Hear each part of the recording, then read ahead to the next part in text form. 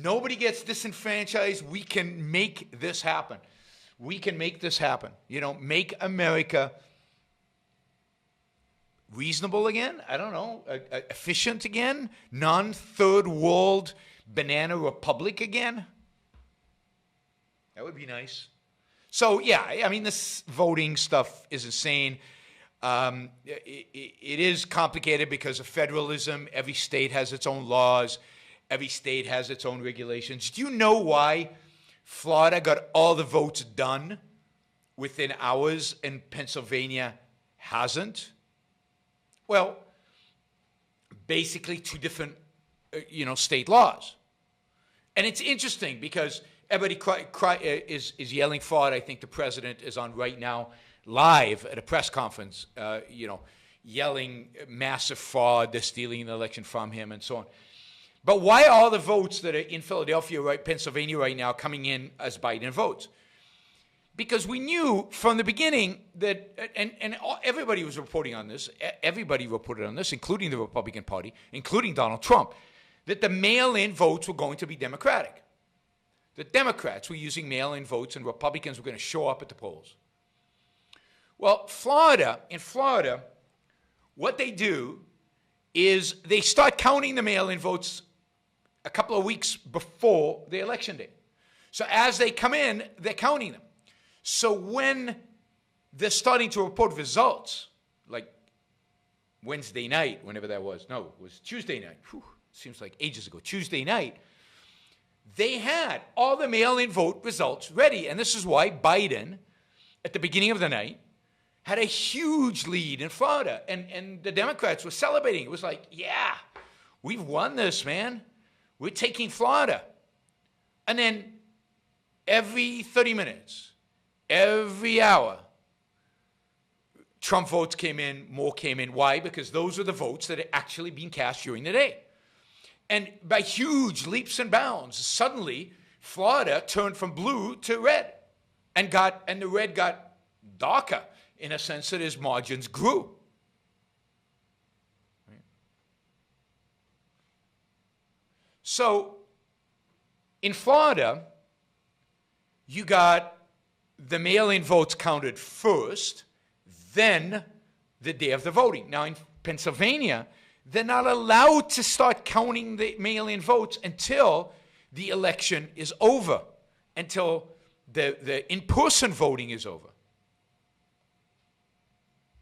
So in Pennsylvania, when they started reporting the votes, they were reporting all the day of votes, which were dominantly Republican, which were dominantly for Trump. So the state was overwhelmingly red. And since then, they've slowly been recording and counting the mail-in votes. And it takes time because we have a antiquated system. So it just takes time. So they're slowly counting. And yes, most of these votes, and given the counties from which they're coming in, an overwhelming majority of these votes are Democratic, are for Biden. So slowly, Pennsylvania is becoming a little less red and tilting. So we're now, I think, what's the gap right now? I mean, it went from like 500,000, and now it's, oops, wrong view. Wait a minute. No, what are you doing? All right, I'll get you the gap in Pennsylvania is, quick math, basically 75,000, let's say, 75,000 votes. And can Biden make that up? Yeah, probably. Maybe. It's hard to tell. No, it's actually, it's less than 80. If you look at it right now, I'm looking at the tallies, 3188 to 3262. So it's just a quirk of the way the states run the election. How do we know there wasn't massive fraud in Florida that led to the massive run-up in Trump votes after the fact, or fraud before in the mail-in votes, or whatever?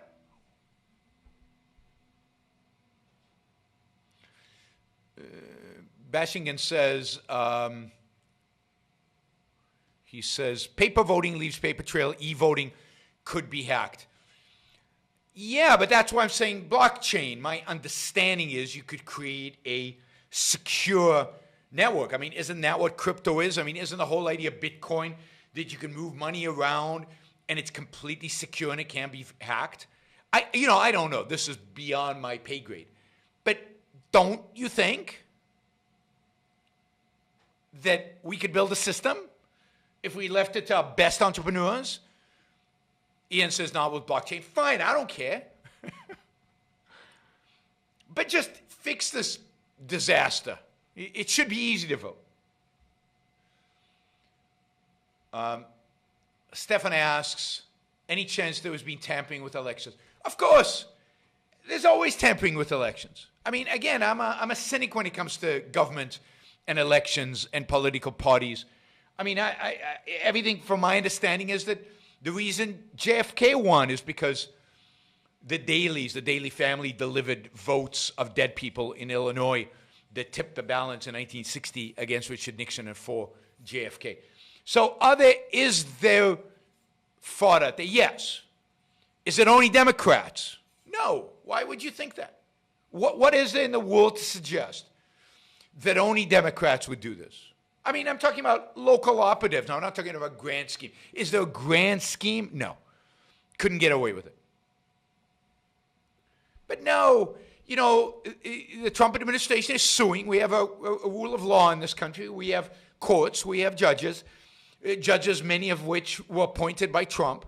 Even Fox News, Fox and Friends, like the cheering society for, what do you call it, for Trump, thinks this is nonsense. I mean, really. There is fraud. It's likely to be small scale. It's likely to be here and there. It's likely to affect both political parties. Is there fraud at a scale that would win this particular presidential election when lawyers are everywhere? Lawyers are being deployed to the precincts from before the election. Everybody knew this was going to get to litigation. There were lawyers everywhere.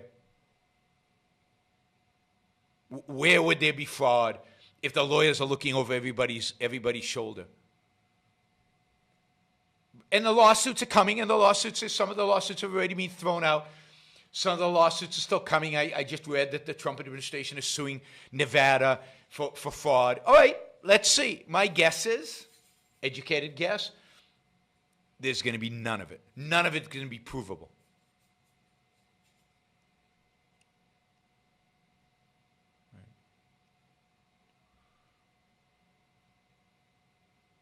There are lots of graphs online.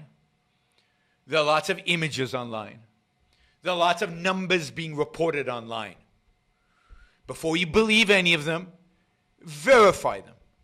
Check their source. I mean, I've told you this for years now. I don't use quotes unless I go and watch the video and figure out if the quote is real. If somebody's reporting some factual thing, I double check it. You can't trust anybody, certainly not on Twitter, on Facebook. Yeah, most lawyers are Democrats. So there are no Republican lawyers?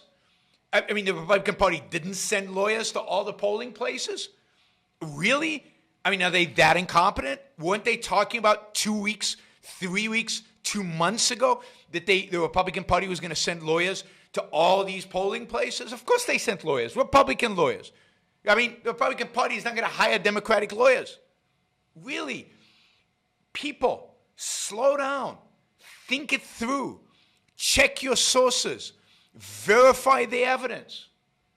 I've seen these screenshots that more people voted, I think, in Wisconsin than actually are registered to vote for Wisconsin. Is that true? I don't know. You do a little search on the web and you'll find that is just untrue. And if you're not sure about something, search for an explanation. The problem is that people just are unbelievably, unthinkingly gullible and buy into any story, particularly if it reinforces their prior beliefs, particularly if it reinforces their prior emotions, their prior, Starjet voted for me. Cool.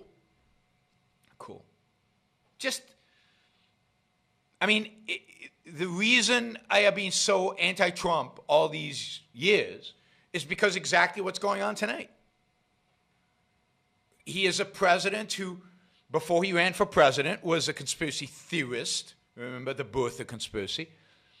He was a president who is now using conspiracy theories to try to hold on to power when it looks like, there's no fight, we don't have final numbers, but it looks like the democratic process, the process of voting, it has voted him out. And by the way, it's not a democratic process, it's a Republican constitutional process because we don't have straight democracy. If we did, he'd be clearly out because he clearly lost the popular vote. Now, he claims that he won the popular vote in 2016 and that was fraud even back then. Well, if he believed that, then why didn't he send more lawyers? Why wasn't he even better prepared? I mean, don't buy this nonsense. Don't buy it. What we need today, what I call the new intellectual, would be any man or woman who is willing to think. Meaning, any man or woman who knows that man's life must be guided by reason, by the intellect, not by feelings, wishes, whims, or mystic revelations. Any man or woman who values his life and who does not want to give in to today's cult of despair, cynicism, and impotence, and does not intend to give up the world to the dark ages and to the rule of the collectivist brutes. All right, before we go on, reminder, please like the show. We've got 163 live listeners right now, 30 likes. That should be at least 100. I figure at least 100 of you actually like the show. Maybe there are like 60 of the Matthews out there who hate it, but at least the people who are liking it, you know, I want to see a thumbs up. There you go. Start liking it. I want to see that go to 100. All it takes is a click of a thing. Whether you're looking at this, and you know the likes matter. It's not an issue of my ego. It's an issue of the algorithm. The more you like something, the more the algorithm likes it. So, you know, and if you don't like the show, give it a thumbs down. Let's see your actual views being reflected in the likes. But if you like it, don't just sit there. Help get the show promoted. Of course, you should also share, and you can support the show at JeronBrooksShow.com/support or on Patreon or Subscribestar or Locals. And show your support for the work, for the value, hopefully you're receiving from this. And of course, don't forget, if you're not a subscriber, even if you just come here to troll, or even if you're here like Matthew to defend Marx, then you should subscribe, because that way you'll know when to show up. You'll know what shows are on, when they're on. You'll get notified, right? So, yes, like, share, subscribe, support. Like, share, subscribe, support. There you go. Easy. Do one or all of those, please.